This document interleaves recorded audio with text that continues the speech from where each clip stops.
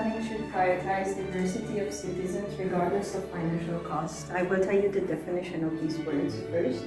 City planning means that you either build a new city or rebuild one or reorganize one, so it has a better system. Then next, prioritize means that something is so important that you put it to the first place, like you should do this first. That's what you mean by prioritizing. And science called urbanism. So it's kind of complicated science discipline that nowadays is high important. Next one is prioritizing. Prioritizing means that you pay more attention to something than to another things. Diversity of citizens, it's when you have like a huge amount of people that can have different historical background. They can be different by their age, by their preferences, by their religion, and so on.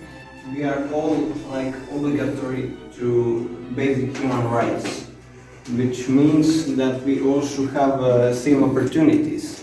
And we have history example when not everybody had the same rights and it didn't go well, like segregation and stuff like that.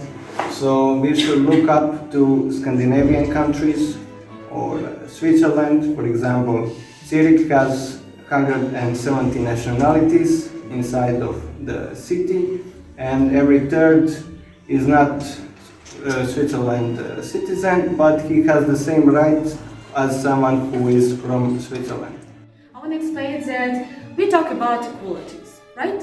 So, unfortunately, our citizens are not appropriate to people for disabilities, for people with some other needs for the normal one. And unfortunately, deeply in our minds, we separate them from us. So, and then we're talking about equality.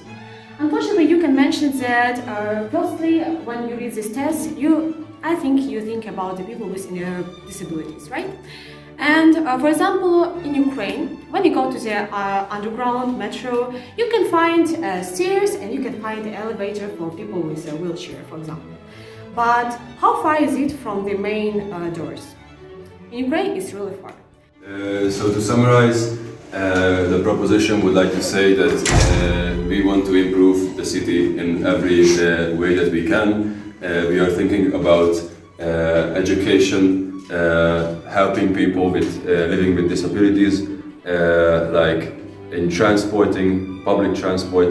For example, currently in most of the countries in the world, you don't already have ramps in buses and trains, or if you do, it's really hard to get them out, and in our fast time schedules in our lives, buses cannot really go on with their day if they have to take 10 minutes to open the ramps and close them after every person who lives with a disability. Thank you all for these wonderful contributions, and thank you all for being so generous to grant us your time for listening. I will address the content that you pursued here.